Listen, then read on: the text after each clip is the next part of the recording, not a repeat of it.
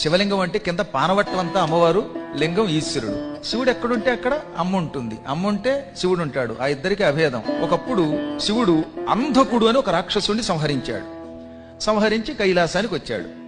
రాగానే మొత్తం అక్కడున్న ప్రమథ గణాలు, అమ్మవారి దగ్గర ఉన్న మాలిని వంటి గణాలు అందరూ కూడా శివుడికి మంగళహారతి పలికారు.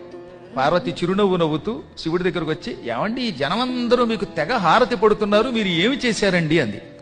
అంధకుడనే ఒక భయంకర రాక్షసుడిని చీల్చి చెండాడాను అన్నాడు ఆయన. వాణ్ణి చంపే ముందు ఏం చేశారండి అన్నది ఆవిడ. ఓహో, వాణ్ణి కాలుతో తొక్కి చంపారు. ఏ కాలు? ఎడంకాలు. ఎడంకాలు ఎవరిదండి అంది ఆవిడ. అర్ధనారీశ్వరుడు కదా శివుడు, ఎడమకాలు ఎవరిది? అమ్మవారిది. ఎడంకాలుతో తొక్కి చంపారా, కాలు ఎవరిది అనగానే ఆయన ఒక క్షణం ఆగి చిరునవ్వు నవ్వి, ఎడంకాలు ఎవరిది? నీదే, నువ్వే కదా అన్నట్ట. మరి తొక్కి చంపింది నేనైతే ఈ వెర్రి జనం అంతా మీకు మంగళహారతి పడతారు ఏమిటండి అంది ఆవిడ. నేనేదో పుణ్యం చేసుకున్నాను, చంపేది నువ్వైనా, పనులు చేసేది నువ్వైనా, వంట